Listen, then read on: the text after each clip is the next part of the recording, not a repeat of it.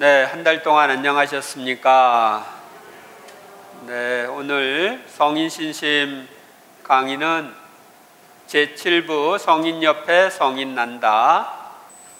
오늘 강의는 제7장 파리외방전교회 성인들 보도록 하겠습니다. 파리외방전교회 설립과 발전. 파리외방전교회는 1658년에 교황청 직속으로 설립된 가톨릭 전교회입니다. 17세기에 포르투갈과 스페인은 전 세계를 통하여 많은 영향력을 행사했고 포교상의 보호권에 의하여 복음 전파 활동에도 우위권을 갖고 있었습니다. 당시 교황청의 포교 성성은 프랑스 선교사들이 포교를 이용하여 1658년 선교단체인 파리외방전교회를 설립하고 1659년 팔리와 모트 두 신부를 주교로 임명한 뒤 그들을 샴, 오늘날의 태국으로 파견하였습니다. 그러니까 태국에 첫 번 파리외방전교회 신부님들이 오셨죠. 1664년에는 파리외방전교회의 신학교를 설립하였는데 이 신학교는 교구사제뿐만 아니라 선교사제 희망자들을 모든 교구로부터 모집하여 성직자로 양성한 후 아시아로 파견하였습니다. 프랑스 주교들과 성직자들을 파견하기로 한 계획을 수립한 교황청의 첫째 의도는 이교도인들의 회개에 있었습니다. 이게 파리외방전교회 그 신학교 모습입니다. 그런데 이를 실현하는 방법은 새로 입교한 신자들이나 그 자녀들 가운데 합당한 사람들을 선발하여 성직에 올림으로써 각 지방의 성직자단을 구성하고 교계제도를 설립한다는 원칙이었습니다. 그러니까 외방선교회 신부님들이 와서 현지 성직자들을 양성한다. 이것이 중요한 목표였어요. 그리하여 방인 성직자들이 형성되고 교회가 외국 선교사들의 존재나 협력 없이 자립적으로 운영해 나갈 만한 단계에 이르면 성청의 허락을 받아서 그들은 흔쾌한 마음으로 모든 설비들을 방인 사제들에게 넘겨주고 물러나 다른 곳으로 찾아가 일해야 했습니다. 파리외방전교회가 기울여야 할 노력의 우선순위는 첫째, 적합한 사람을 선발하여 성직자로 양성하는 일. 둘째, 새 신자들을 적절히 돌보는 일. 셋째, 비신자들의 회개를 위해 노력하는 일이었습니다. 전교회 회칙에는 이 우선순위를 절대로 뒤바꾸지 말게 되어 있습니다. 파리외방전교회는 선교의 우선순위를 현지인 성직자 양성에 두었기에 성직자 양성을 위해 신학교를 설립하고 일정한 포교 지역에 종신토록 머물면서 그곳의 언어와 풍습을 배워 포교 활동을 하게 되어 있습니다. 그래서 우리 지금 안동교구에 두봉주 교님 같은 분들 여기 와서 계속 계시죠. 또한 각 지역에 통역이 필요 없는 현지인 회장을 임명하여 포교 활동을 하게 합니다. 파리외방전교회는 창립 후 오늘에 이르기까지 아시아의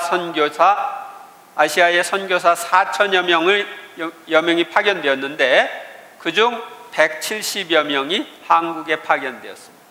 한편 파리외방전교회는 현지인 성직자 2천여 명을 그 파리외방전교회가 각 지역에서 양성했는데 그중 한국인은 100여 명에 이릅니다.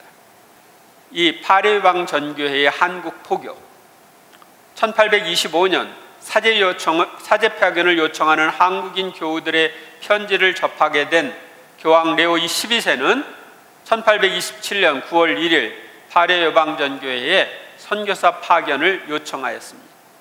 그러나 당시 한국에서는 외국인 입국을 금지하였고 파리 외방 전교회 역시 프랑스 혁명 때문에 회원이 10여 명밖에 없었고 돈도 없었기 때문에 어려운 형편이었습니다. 하지만 방콕의 보좌 주교였던 브르기에르 주교가 조선 선교사를 자원하였습니다. 브르기에르 주교님입니다. 1831년 9월 9일 교황 그레고리오 16세가 조선 대목구를 설정하고 브르기에르 주교를 초대 조선 대목구장으로 임명하였습니다.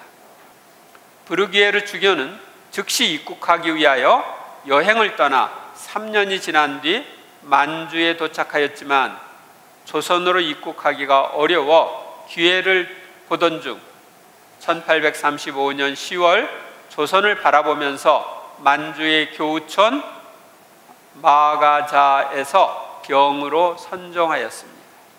그 1836년 모방신부, 1837년 2대 조선 대목인 앵베르 주교와 샤스탕 신부가 입국하였습니다. 그들은 곧 파리 외방 전교회의 본래 목적에 따라 소년 3명을 선발하여 마카오에 보내 교육을 받고 사제 서품을 받을 수 있게 하였습니다.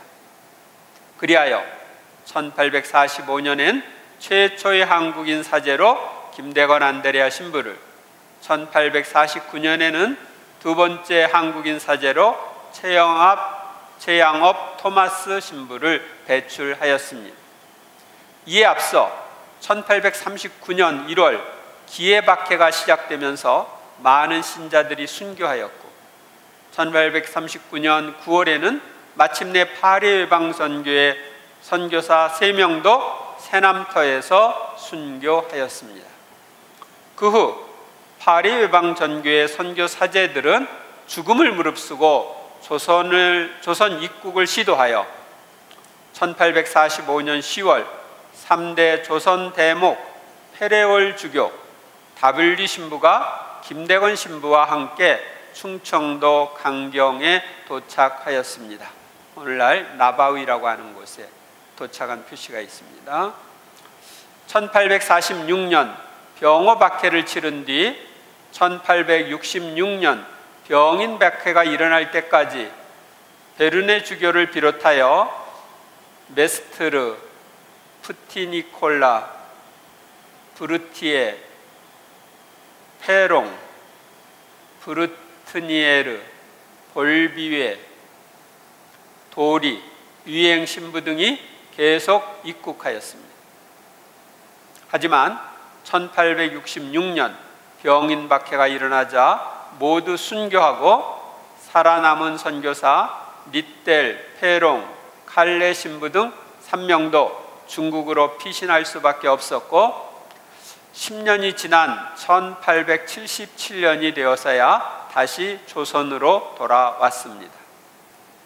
신부들이 순교할 당시 조선 조정에서는 관례에 따라 원하면 고국으로 돌려보내겠다고 권고했으나 신부들은 귀국을 거부하고 순교를 택하였습니다. 그러니까 원하면 고국으로 돌려보내겠다 그랬는데 이 신부님들은 아니다, 여기서 죽겠다. 그러고 순교를 한 겁니다. 1886년 조불 수호 통상 조약이 체결되자 파리 외방전교회 선교사들의 생명은 보장되었고 포교 활동도 그전보다 훨씬 자유롭게 되었습니다.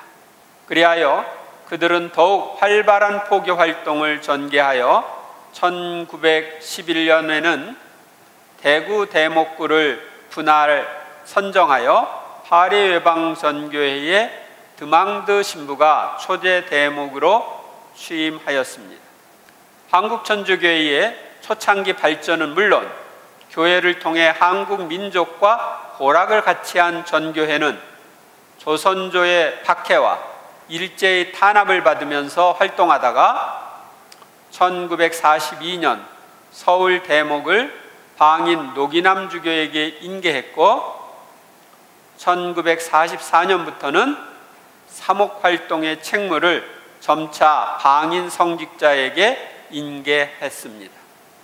이 밖에 한국천주교회의 교계제도가 정착할 수 있도록 원산 대목구, 평양, 연길, 의란, 전주, 광주, 지목구 등을 분할 설정하여 1962년 한국인 성직자로 운영되는 정식 교계제도가 수립될 수 있도록 하였습니다. 현재 한국에는 회원 23명이 서울대교구, 수원교구, 대전교구, 안동교구, 인천교구, 대구대교구, 광주대교구 등 교구에서 활동하고 있지만 자체적인 주요 사업은 계획하지는 않고 한국천주교회의 주요 사업 계획에 협조하여 활동하고 있습니다. 3. 파리외방전교회의 주요 활동. 파리외방전교회는 한국인 성직자 양성에 주력했습니다.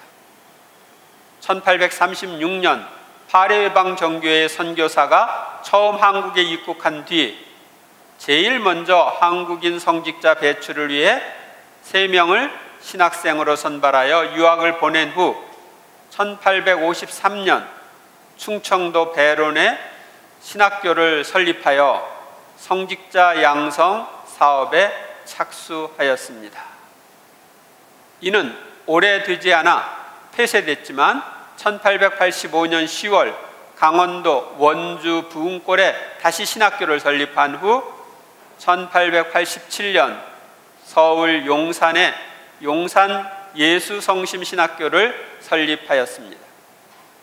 즉 오늘날 서울 해화동에 소재한 가톨릭대학교 성신교정의 모체가 된 것입니다. 그러니까 용산신학교가 지금은 해화동 가톨릭 신학교로 이렇게 이어지는 것입니다. 아울러 1914년 대구 대교구에 성 유스티노 신학교를 설립하여 서울과 대구에서 각각 한국인 성직자를 배출하여 한국천주교의 근간을 이루게 하였습니다. 그러니까 교회도 설립하고 신학교도 설립해서 성직자를 양성하는 것을 이 파리외방선교회가 한 것입니다. 그리하여 1910년 성직자 61명 중 15명이 한국인이었는데 1920년에는 71명 중 30명이 한국인이었습니다. 그리고 1961년에는 총 516명 중 275명이 한국인이었습니다. 그러니까 한국인의 숫자가 점점 늘어나는 거죠. 특히 한국 가톨릭이 파리외방전교회의 영향을 받으며 나타난 한 가지 특성은 교회가 교구사제 중심이라는 것입니다. 서구 가톨릭 교회는 각 분야의 지도급 인물들이 대부분 수도회 소속 사제들이지만 한국은 수도회가 아닌 교구사제 중심입니다. 이는 파리외방전교회는 원칙적으로 전교 지역의 회원을 받지 않고 현지인 교구사제 양성을 최우선시하기에 일어난 일입니다.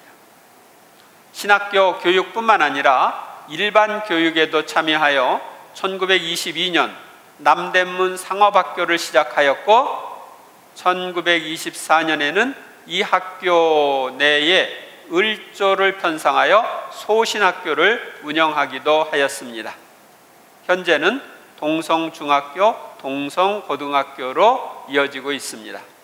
제가 동성학교 출신입니다. 우리 김수환 추기경님이나 지금 추기경님도 동성학교 출신입니다. 파리 외방전교회 신부들은 학교와 수녀회도 설립했습니다. 앙뚜앙 공베르 신부는 경기도 안성의 안법학교를 설립했습니다. 누이 델랑드 신부는 예수 성심 시녀회를, 피에르 생제르 신부는 성가소 비녀회를 세워 한국 땅에서 한국인 수녀들을 양성하였습니다.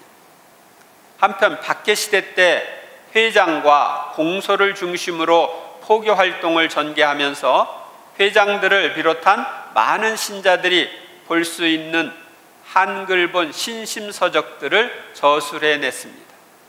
1880년에는 파리병 전교회 선교사들에 의해 한불사전이죠. 자전이, 또 1881년에는 한어 문전이 각각 간행되었습니다. 그러니까 우리나라 문법책이 제일 먼저 이렇게 선교회 신부님들에 의해서 간행된 것입니다. 그리고 일본 나가사키에 있던 성서 활판소를 서울 정동으로 이전함으로써 오늘날의 가톨릭 출판사가 있게 되었습니다. 1906년 10월에는 경향신문과 부록인 보감을 창간하여 구한말 개화운동을 추진하다가 1909년 경향신문이 폐간되자 부록 보감을 경향잡지로 제호를 바꾸어 종교잡지로서 오늘날까지 계승할 수 있도록 하였습니다. 그래서 경향잡지가 지금까지 나오고 있습니다. 또 나중에 이제 그 경향신문이 다시 복간되어 가지고 지금도 있는데 지금은 다른 사람들이 운영하고 있습니다.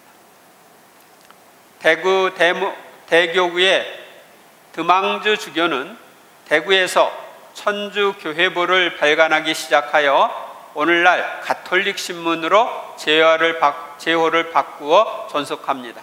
지난번에 가톨릭 신문사에서 왔었죠.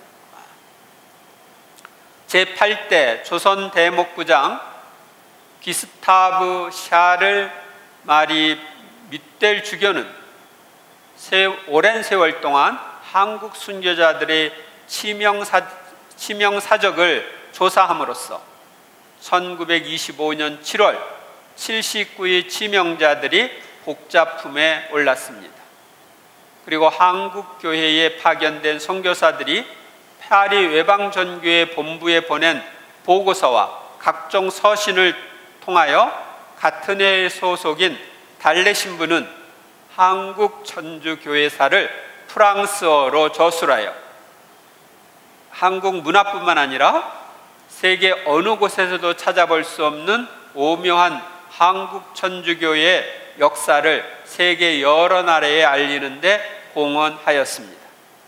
즉 외국에서 선교사가 와서 교회를 설립한 것이 아니라 한국은 스스로 복음을 찾아와서 설립했다는 것은 세계에서 유례없는 일입니다.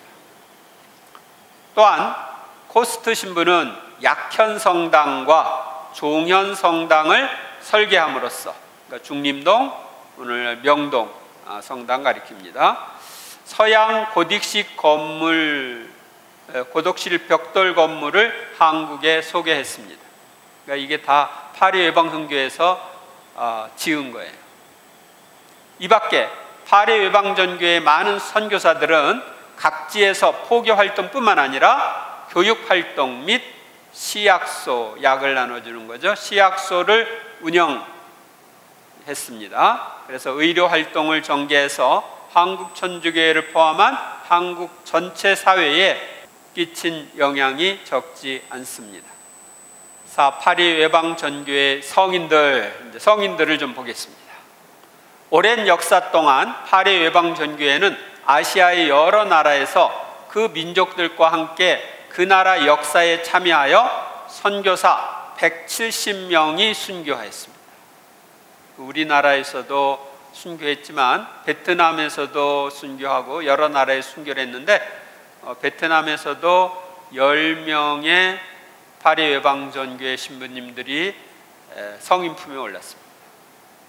그중 24명의 선교사가 한국에서 순교했고 10명은 1984년 교황 요한 바오로 2세 방한 때 시성되었습니다. 그러니까 우리나라에서도 24명 순교했는데 그 중에 이제 지금 소개하는 10분이 성인 품에 오른 것입니다.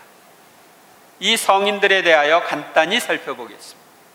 기회받게 때 순교하신 분들, 성 범세영 앵베르 라우렌시오 주교와 성 나모방 베드로 신부와 성 정샤스탕 야고보 사제는 1839년 9월 21일 세남터에서 함께 순교하신 분들입니다.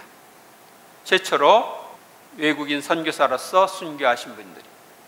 이 세 성인은 1925년 7월 5일 교황 디오 11세에 의해 시복되었고 1984년 5월 6일 한국천주교회 창설 200주년을 기해 방한한 교황 성 요한 바오로 2세에 의해 시성되었습니다.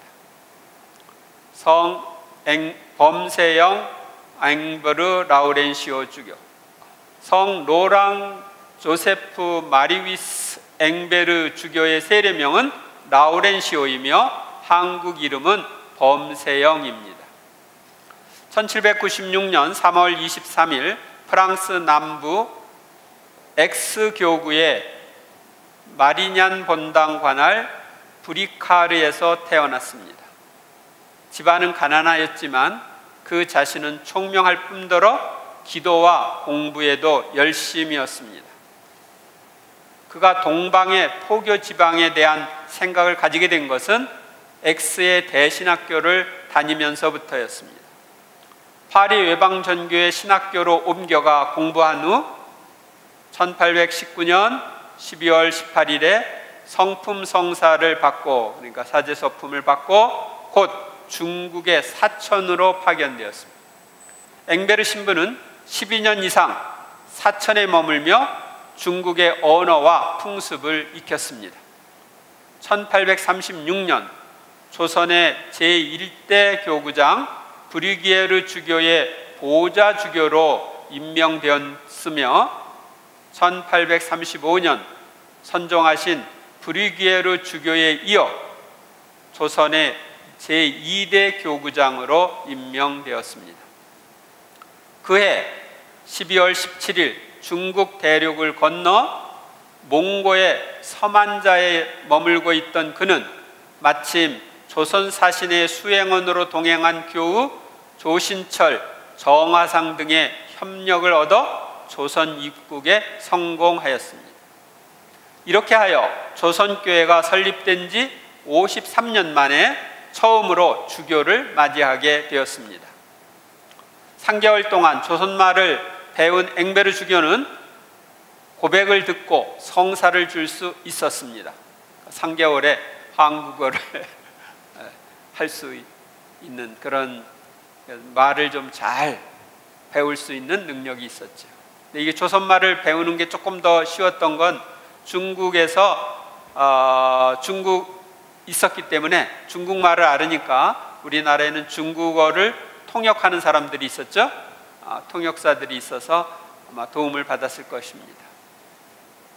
성인은 이미 조선에 와 있던 모방 신부와 샤스탕 신부와 함께 지방을 순회하기도 하고 죽을 위험에 처해 있는 외교인 어린이들에게 세례를 주는 운동도 전개하였습니다. 앵베르 주교는 밤낮을 가리지 않고 성스러운 직무를 수행하였습니다.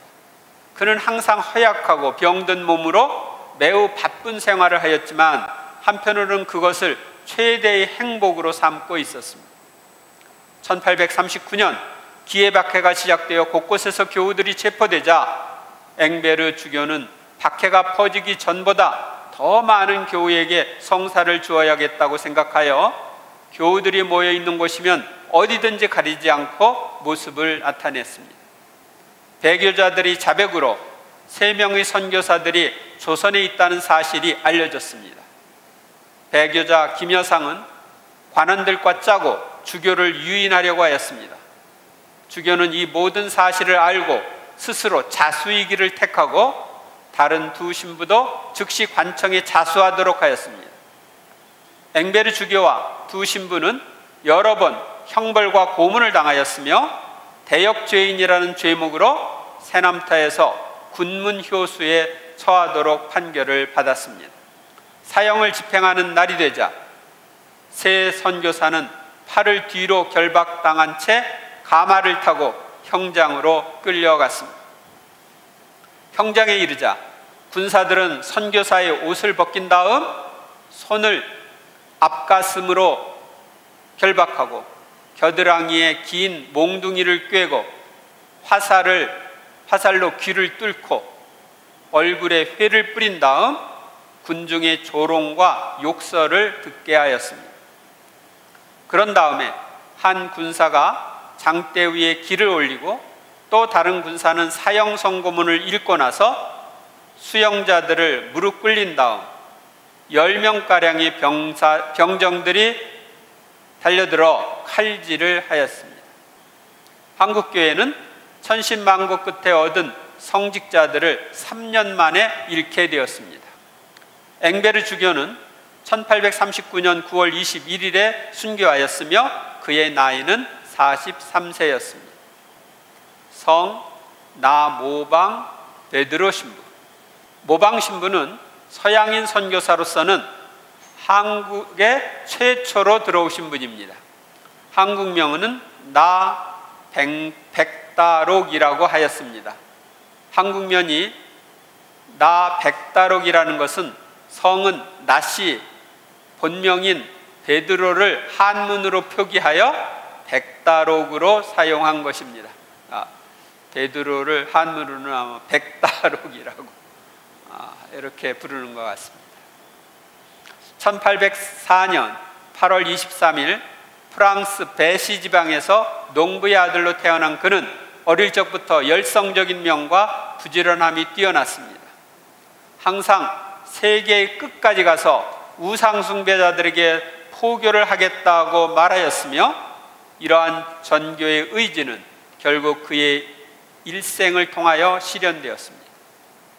1829년 5월 13일 사제로 서품된 후 외방선교회 신학교에 들어가 선교사로서의 교육을 받았고 3년 뒤에 중국 사천성 포교지에 파견되었습니다.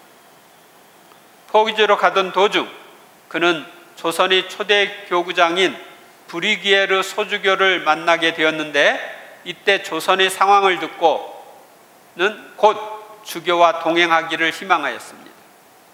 주교는 그의 경건함과 열성적인 면을 생각하여 기꺼이 조선의 선교사로 받아들였습니다.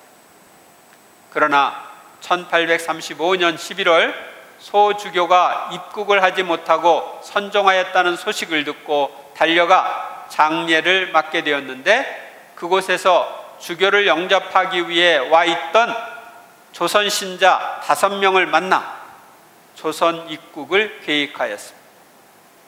성인의 얼굴 모습이 조선인을 닮아 1836년 1월 12일 밤중에 의주의 남북 두 성을 통하여 입국에 성공함으로써 서양 선교사로서는 처음으로 조선에 첫 발을 디뎠습니다.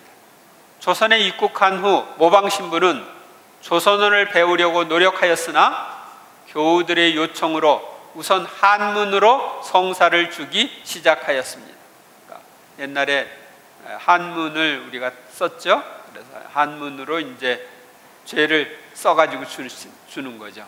서울에서 시작하여 다음에는 경기도와 충청도에 16개에서 17개 교우촌을 돌며 포교를 하였습니다.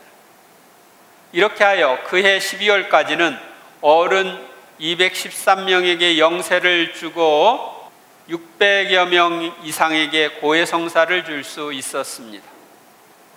성인은 가는 곳마다 회장들을 뽑아 주일과 축일에 교우들을 모으도록 하며 모임에서는 공동으로 기도를 드리고 교리문답과 성가와 성인 전기 등을 배우도록 지도하였습니다. 그래서 공소예절 이런 것들이 생긴 거죠. 성인의 사목활동 중 특이해야 할 것은 한국인 성직자 양성입니다. 그는 최양업 토마스, 최방재 프란치스코 사베리오, 김대건 안드레아 세 소년을 뽑아 라틴어를 가르치고 성직자에 필요한 덕행을 쌓게 하였습니다. 1839년 12월 2일에 이들을 마카오로 보내니 이들이 조선 500년 역사를 통하여 해외로 파견된 최초의 유학생들이 되었고 우리나라 역사상 처음으로 서양 학문을 배운 선각자가 되었습니다.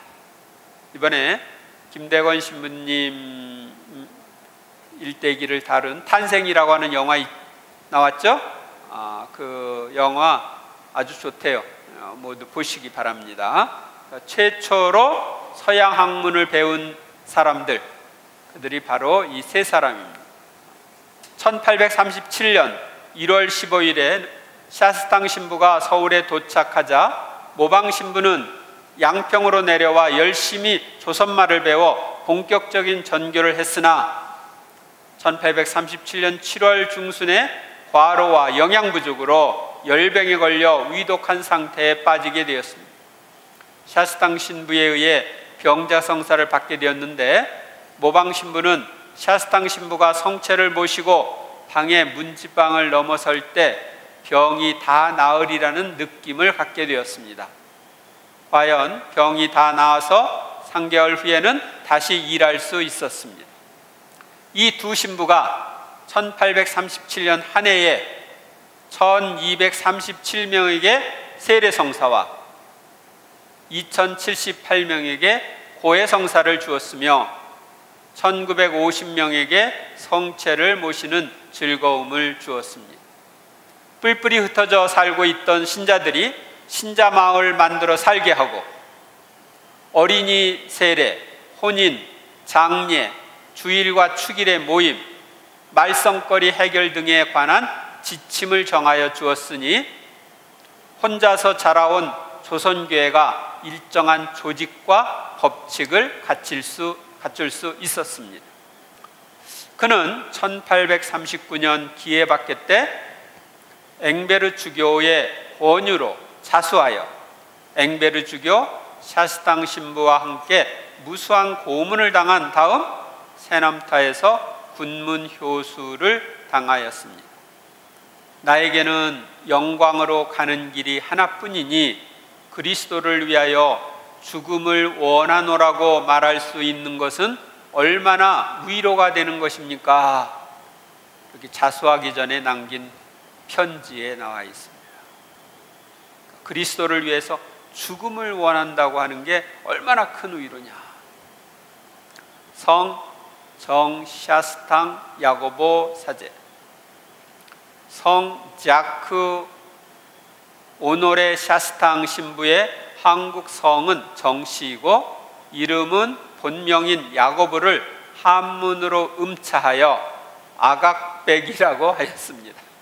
그는 1803년 10월 7일 프랑스 디뉴 인근에 있는 마르쿠라는 조그만 마을에서 농부의 아들로 태어나서 양떼 지키는 일로 부친을 도왔습니다.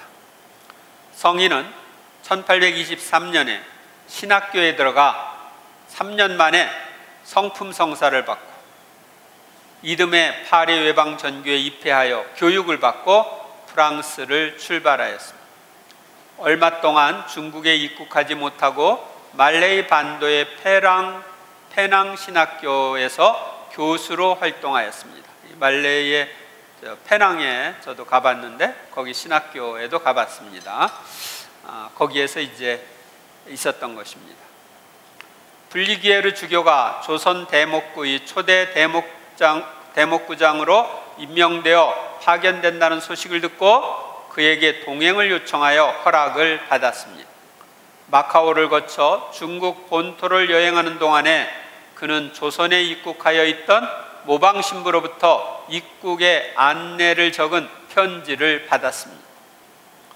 1836년 말 조선의 교우 정하상, 조신철, 이광열 등의 안내를 받아 변문을 통과한 후 나는 천주의 영광을 위하고 사람들의 구원과 특히 나의 구원을 위하여 일할 것이므로 어떤 일이라도 각오하고 있습니다. 나는 기회가 오면 주님의 이름을 위하여 고통을 감수할 힘을 주님께 기대합니다 하며 자신의 기쁨을 토로하였습니다. 상복 차림을 하고 15일 동안을 걸어서 서울에 도착한 샤스탕 신부는 모방 신부를 만나 자신들의 봉헌과 희생의 각오를 새롭게 하였습니다. 샤스당 신부는 서울에 머물면서 조선어의 기초를 배우기 시작하고 2개월가량 성찰 규식을 외운 다음, 이 성찰 규식이라는 고해성사를 받을 때 성찰하는 제목 이런 것들이 있는 거죠. 조선말로 100명가량의 신자들에게 첫 고해성사를 줄 수 있었습니다. 그 후 샤스당 신부는 여러 지방을 다니면서 성무 집행을 계속하였습니다. 이윽고 기해년에 이르러 천주교인들에 대한 박해가 다시 시작되었습니다. 샤스당 신부는 되도록이면 남의 눈에 띄지 않도록 하면서 맡은 바 업무를 수행하던 중 1839년 기해박해로 엥베르 주교가 체포되고 이어 자수를 권고하는 주교의 편지를 은신처에서 받았습니다.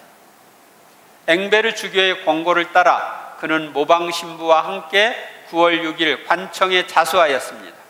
왜 이렇게 자수했느냐면 한국 신자들이 많이 죽으니까 우리 자신들 때문에 한국 신자들이 죽을 수 없다. 그래서 목자인 우리가 죽으면 박해가 끝날 거 아니냐.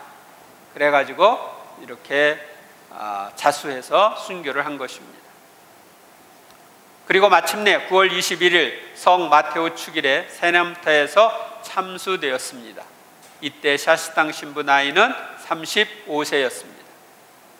샤스당 신부와 다른 두 선교사의 시체는 20여일 동안 세남터 모래사장에 버려져 있다가 신자들이 헌신적 노력으로 노고산에 안장되었습니다. 오늘날 서강대학교에 있는 곳입니다. 그 후 그들의 유해는 1843년에 발굴되어 삼성산에 안장되었다가 시복 수속이 진행된 1901년 용산 예수성심 신학교로 옮겨졌고 같은 해 다시 명동 지하 묘지로 옮겨졌습니다. 그래서 이 성인은 이제 삼성산 성지 쪽으로 갔다가 신학교로 갔다가 지금은 명동성당 지하 묘소에 모셔져 있습니다.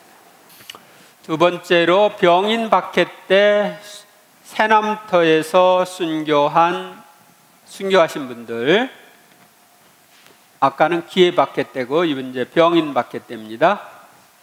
성 장경일 베르네 시메온 주교와 성 백 브르트니에르 유스토 신부, 성 김도리 헬리코와 성 볼리웨 루도비코 이 사제들입니다. 네 분이 1866년 3월 7일 병인 박해 때 세냅터에서 순교하셨습니다. 네 성인은 1968년 10월 6일 교황 성 바오로 6세에 의해 시복되었고 1884년 5월 6일 한국 천주교회 창설 200주년 기해박해 방한한 교황 성 요한 바오로 2세에 의해 시성되었습니다. 성 장경일 베르네 시메온 주교. 베르네 한국명은 장경일입니다. 주교는 조선교구 제4대 교구장이십니다. 성인은 1814년 5월 14일 프랑스 망스 교구에서 평범한 부모한테서 태어났습니다. 아버지는 대장간 일을 했는데 혁명이 일어나자 신앙생활을 멀리했습니다. 그의 모친은 신앙심이 깊은 부인으로서 모든 사랑을 쏟아 아들을 가르쳤습니다. 성인은 10세가 되었을 때 사제가 될 것을 결심하고 부모의 승낙을 얻어냈습니다. 어린 나이에 사제가 되겠다. 1831년 그는 망스 대신학교에 입학했으며 한때 건강 때문에 휴학했으나 다시 학업을 계속하여 1837년 5월 30일 사제서품을 받았습니다. 성인은 신학교에서 교수 생활과 지도신부의 역할을 담당하던 중 선교 사제에 대한 강한 매력에 이끌려서 외국 선교사의 길을 택하게 되었습니다. 1839년 7월 15일에 그는 파리 외방전교에 입회하게 되었습니다. 성인은 그해 11월 28일에 선교지 출발 명령을 받고 2명의 젊은 사제와 함께 1840년 1월 15일 파리를 떠나 그해 6월 25일에 마닐라에 도착했습니다. 그 후 1841년 그들은 조그만 돛단배를 구해 타고 중국 통킹으로 가다가 도중에 베트남에 가게 되었고, 공교롭게도 그곳이 박해중이어서 숨어 지내다가 체포되었습니다. 성인은 잡힌 지 넉 달 만에 사형 선고를 받았으나 프랑스 함대 사령관의 특별한 요청으로 결국 1843년 3월경에 석방되었습니다. 같은 해 17일 선교사들은 다시 상선을 구해 타고 1843년 8월 23일에 마카오에 도착했습니다. 성인은 그해 10월경 만주 주교로 임명되어 10여 년간 지혜롭게 교구를 이끌어갔습니다. 1845년 8월 5일에 교황 비오 9세는 그를 조선교구 페레올 주교의 후임으로 제4대 조선교구장에 임명함과 동시에 한국 입국을 명령하였습니다. 수많은 공경에 가로놓여 있음을 알면서도 그는 자기 소임에 만족하면서 조선을 훌륭한 순교자들의 나라이다. 조선은 그 이름만 들어도 우리 선교사들 마음속에 희열이 넘쳐 뛰는 곳인데 어찌 입국을 마다하리요 하였습니다. 그리고 프루기에르 신부와 숨어 살면서 입국을 꾀하던 끝에 1856년 다행히 조선교구 홍봉주의 안내로 상복을 입고 미투리를 신은 후 중국을 출발하여 4일 만에 한양에 입성하였습니다. 성인은 입국하자마자 하루 2시간만 자고 경기도에 산재해 있던 60여 개의 공소를 상복을 입고 방문하였습니다. 성인은 1년 후인 1857년 한국교회 최초의 성직자 회의를 열어 기도서의 개편과 직무를 분담하였으며 11년간 한국에서 선교하였던 다블리 안 신부에게 부주교의 성성식을 거행했습니다. 베론에 신학생을 양성하기 위한 신학당을 세웠으며 많은 교회 서적을 저술하고 정리하여 출판하였습니다. 1866년 초에 병인 대박해가 시작되면서 1866년 2월 23일 포졸들이 장주교를 체포하여 감옥에 가두었습니다. 같은 날 27일 대원군과 형조 재판관들은 장주교를 끌어내어 온갖 신문을 다 하였습니다. 1866년 3월 6일 참수 사형 선고를 받고 3월 7일 다른 신부와 함께 서로 머리를 맞대고 묶인 채 끌려나와 형장으로 향하였습니다. 장주교는 우리가 조선에서 죽는 것이 얼마나 다행인고 하면서 기뻐하였습니다. 마침내 선고문이 낭독되고 칼을 든 병졸들이 날뛰고 소리를 외치며 돌다가 장주교의 목을 칼로 내리쳤습니다. 장주교의 목이 2번째 내려진 칼날에 땅에 떨어지니 한 병졸이 그 머리를 포도대장 앞에 갖다 보인 다음 높이 군문효수로 매달았습니다. 이 군문효수라는 게 뭐냐면은 목을 잘라가지고 높이 매달아서 사람들이 보라고 이렇게 하는 거예요. 이때 순교한 선교사들의 시체는 3일 후 교우들이 와서 그곳 부근인 한강로 상가의 외곡에서 정성껏 장례를 지냈습니다. 오늘날 이 외곡에는 국군 중앙성당 터입니다.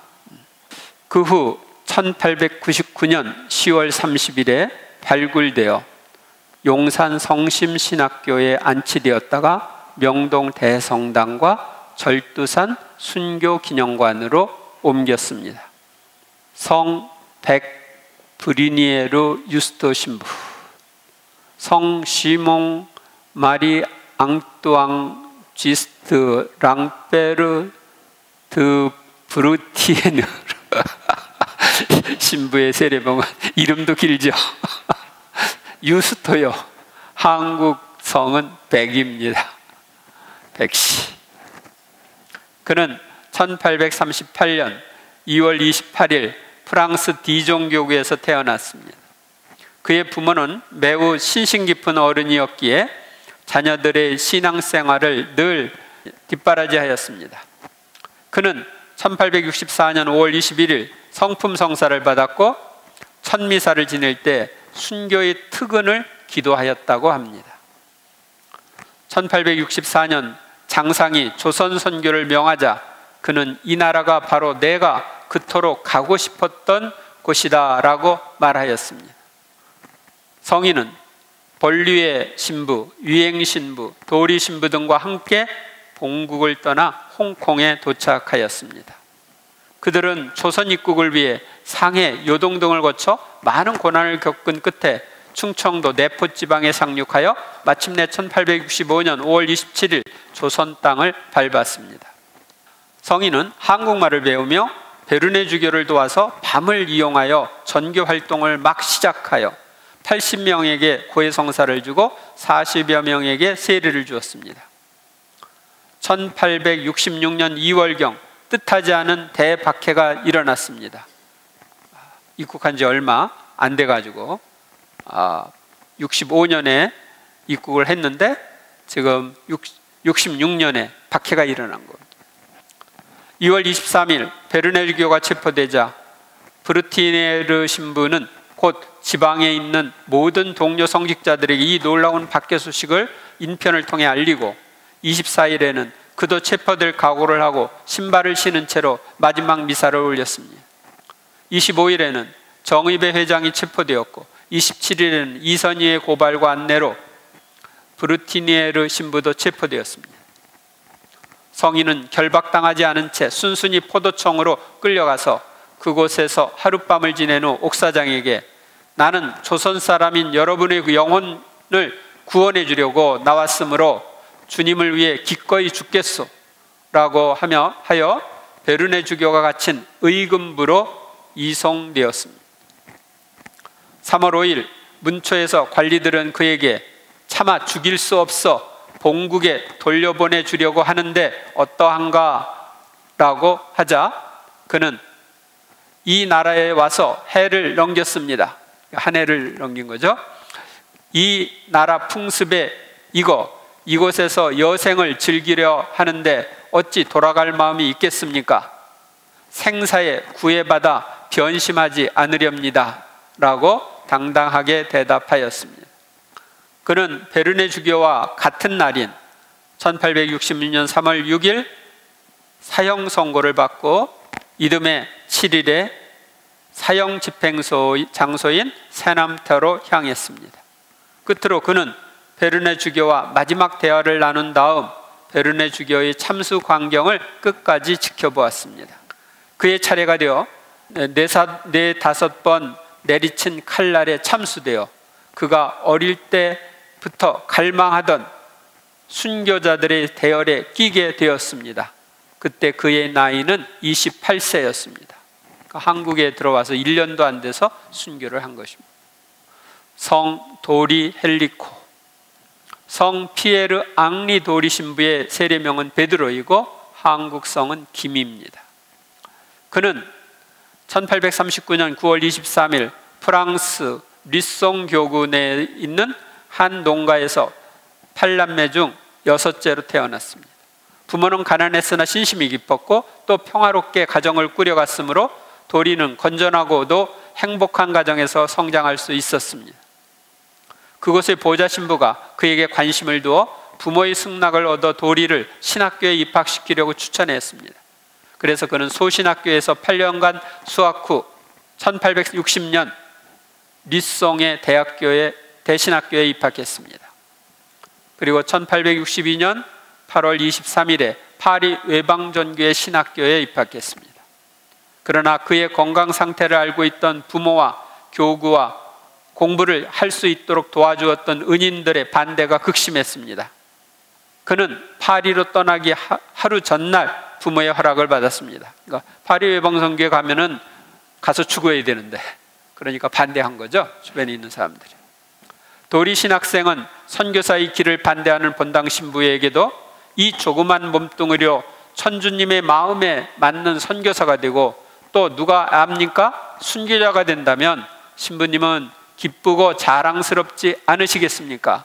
라고 솔직하고 열렬하게 말했습니다.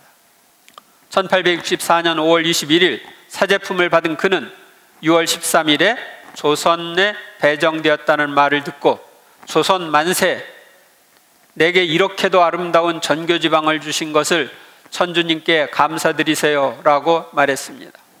성인은 7월 19일 마르세유에서 배를 타고 브루티니에르 볼리웨 유행 신부들과 같이 길고 위험한 항해를 했고, 그들과 같이 1865년 5월 27일 조선에 몰래 들어왔습니다.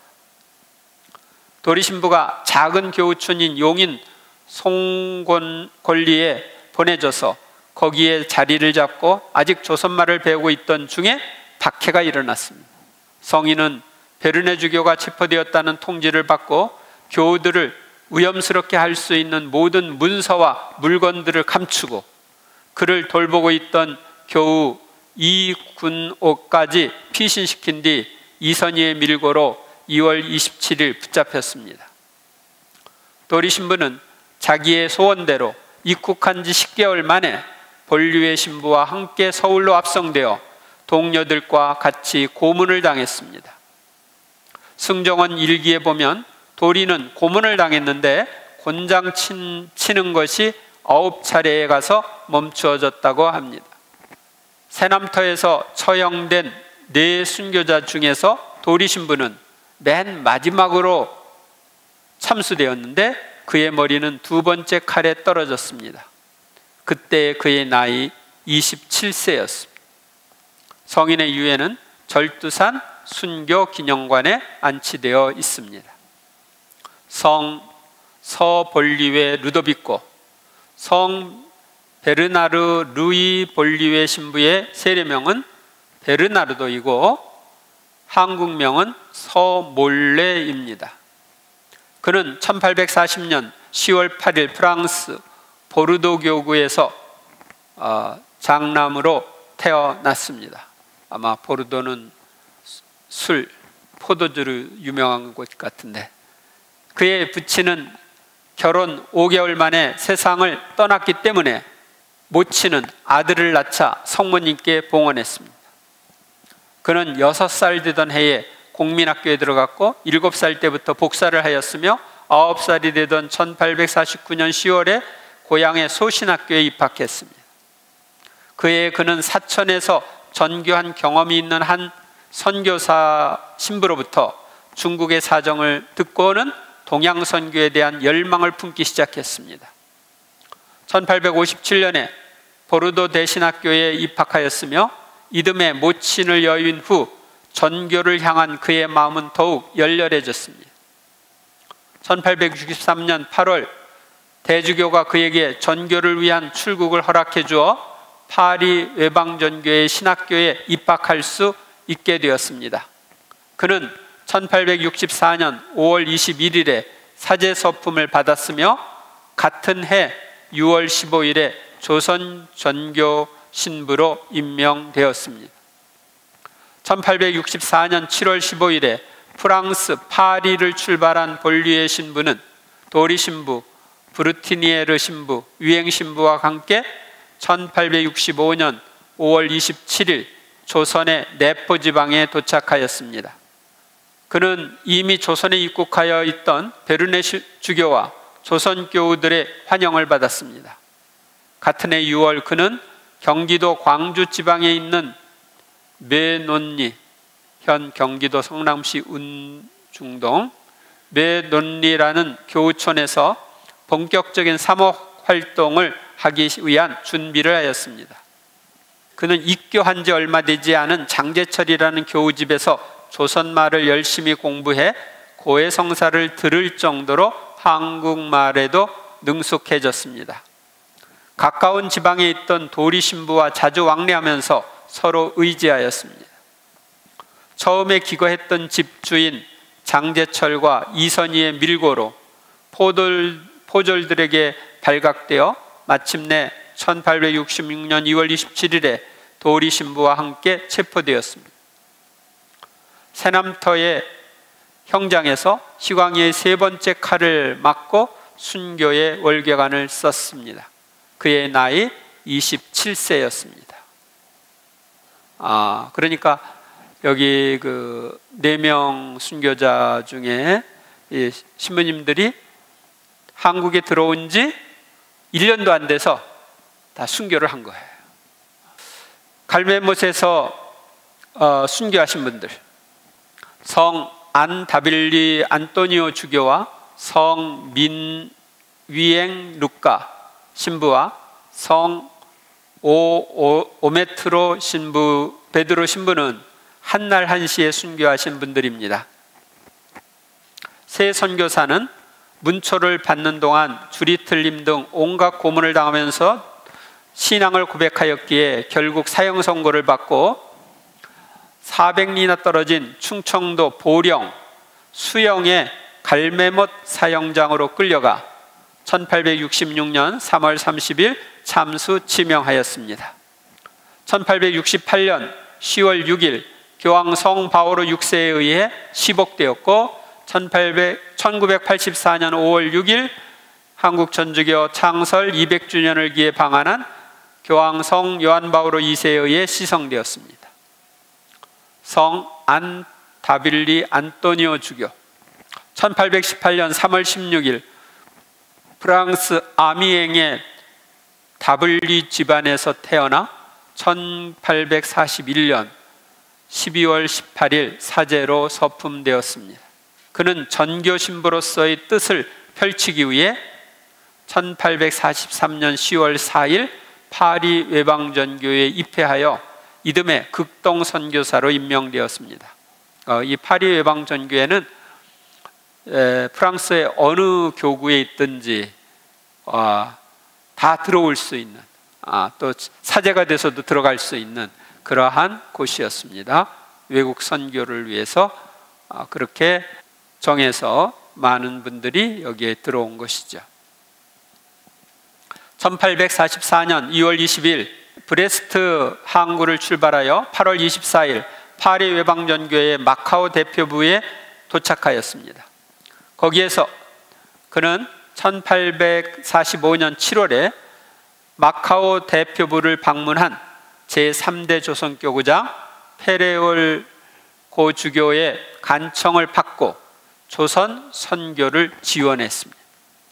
1845년 8월 17일 금가한 성당에서 거행된 김대건 안드레아 사제 서품식에 참석한 뒤 8월 24일 첫 미사를 집전한 김대건 안드레아 신부와 함께 상해를 출발하여 1845년 10월 12일 저녁 8시경 충남 강경북은 황산포에 상륙하였습니다.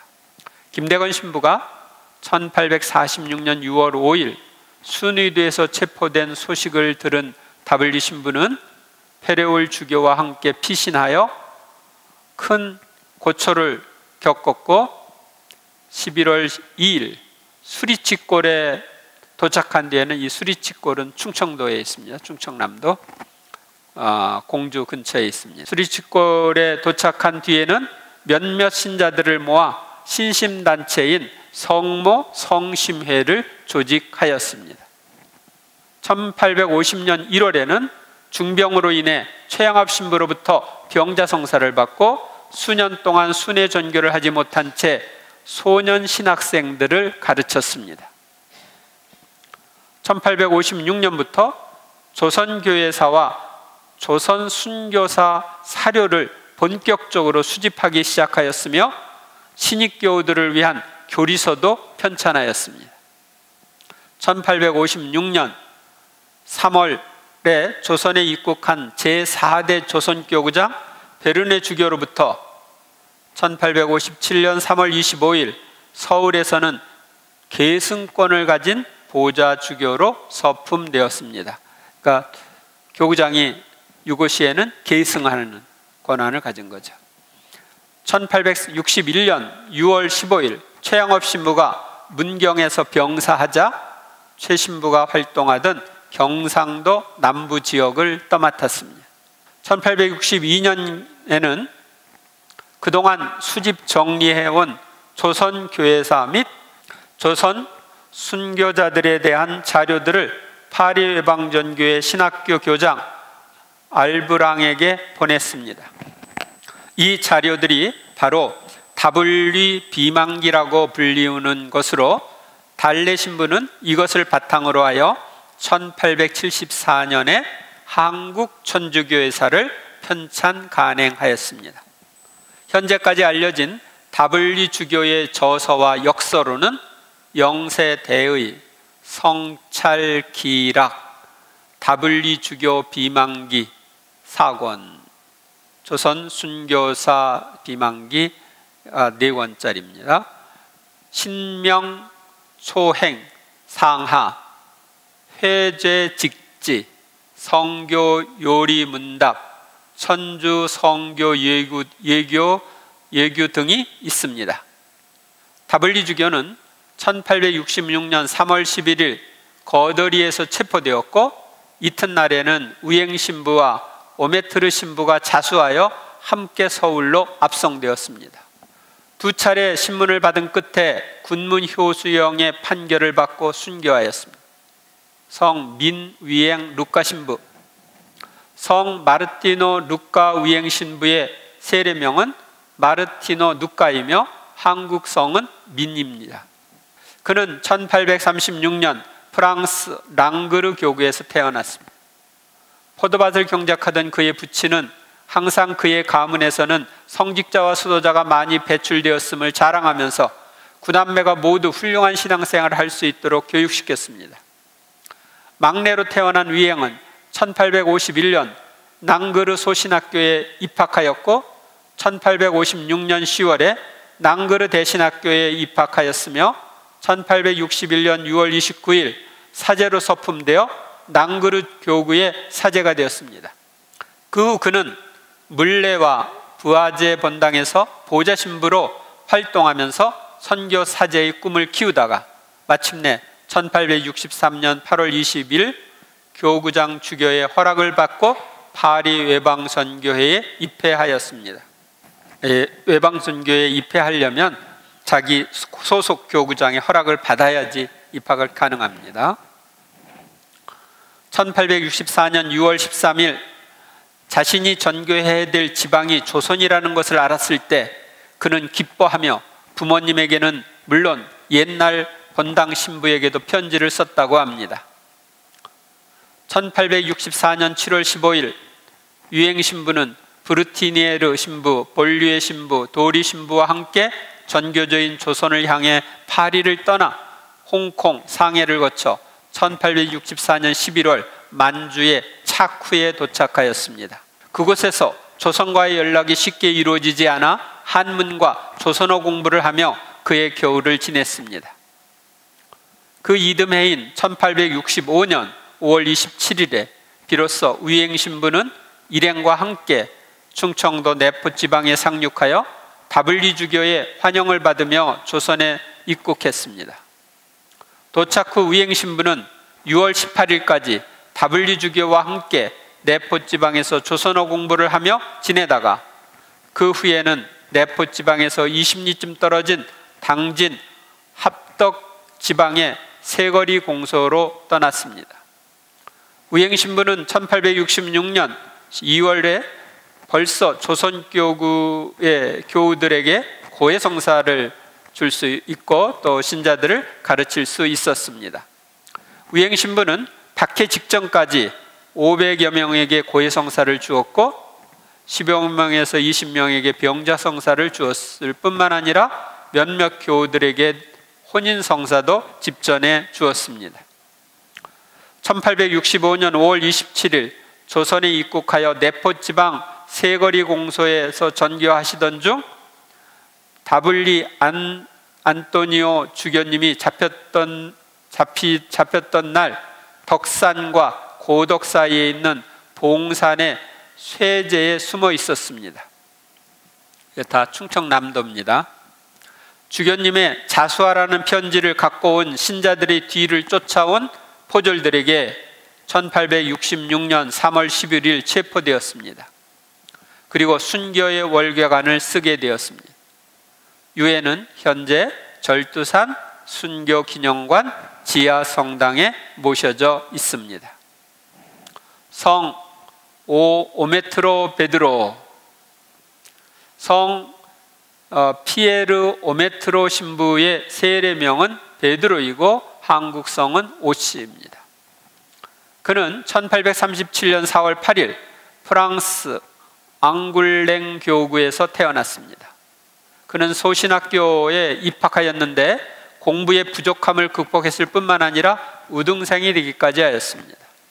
그는 1857년 10월에 앙굴렘 대신학교에 진학하였고 1859년 8월 18일에 소품자로 파리 외방전교회 신학교에 입학하였습니다. 이게 소품자가 뭐냐면 옛날에는 소품과 대품이 있었어요. 대품은 부제품, 사제품 이쪽이 대품이고 소품은 오늘날 여러분들이 뭐 독서직, 시종직 이런 직이 있죠. 그게 이제 소품이라고 부릅니다. 그 후 1862년 6월 14일 사제로 서품되었으며 자신의 전교지가 조선임을 알게 되었습니다. 그러나 박해로 인해 조선 입국은 그리 쉽지 않았습니다. 그는 중국 어선으로 연평 바다를 거쳐 비교적 무난히 조선 땅을 밟게 되었는데 이때가 1863년 6월 말이었습니다. 그러니까 3년 후에 또 이제 순교를 하는 겁니다. 조선에 입국한 오메트르 신부는 우선 1개월 동안 베르네 주교와 함께 서울에서 지낸 후 용인의 손골로 내려가 조선말을 배웠습니다. 그 후 1864년 9월에는 경기도 한 구역을 맡아 사목하였습니다. 입국한 지 2년 남짓 지났을 때 박해의 소문이 나돌았고 베르네 주교가 체포되었다는 소식을 접할 때인 1866년 당시에 그는 수원의 샘골에 있었습니다. 여기서 오메트르 신부는 다블리 주교를 만나기 위해 실리 마을로 갔습니다. 이에 포졸들은 주교를 위시하여 우행 신부와 오메트르 신부를 홍주 옥으로 일단 끌고 갔다가 다시 서울로 압송하여 투옥시켰습니다. 그리고 갈매못으로 끌려가 순교하였습니다. 바로 그날이 성금요일 주님의 순환일로 그들이 처형된 시간이 예수님께서 운명하신 시간이었다고 전해옵니다. 그때 그의 나이는 29세였습니다. 성금요일에 순교하기 위해서 이 세 분들은 포졸들에게 빨리 서둘러서 가게 해달라고 그렇게 청해서 금요일에 맞춰서 순교를 했다고 합니다. 맺은말, 지금까지 우리는 여러 수도 공동체와 전교에서 나온 여러 성인들에 대하여 살펴보았습니다. 우리도 그들처럼 공동체 생활은 하지 못해도 그들의 하느님 사랑과 이웃 사랑의 정신은 본받아 생활할 수 있습니다. 이렇게 우리가 생활하면 우리도 성덕으로 나아갈 것입니다. 지금까지 우리는 여러 수도 공동체와 파리 외방전교회 순교 성인들을 살펴보았습니다. 이 파리 외방전교회 신부님들이 많이 순교를 했는데 이제 다음번 강의에 이제 타국 순교자들에 대해서 이야기를 하는데, 베트남에서도 순교를 해서 성인이 된 분이 한국처럼 10명이 성인 품에 올랐습니다.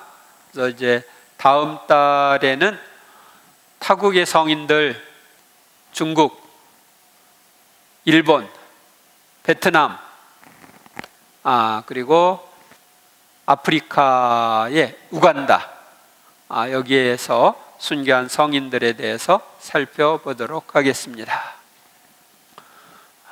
잠시 순교 성인들, 특히 한국에서 순교한 성인들 8회 외방선교회 오늘 공부한 10명의 순교 성인들에게 우리를 위해서, 이 땅을 위해서 전구해 주시도록 기도합시다.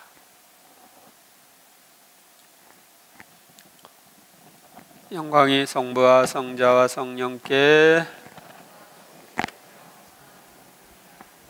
성부와 성자와 성령의 이름으로 아멘.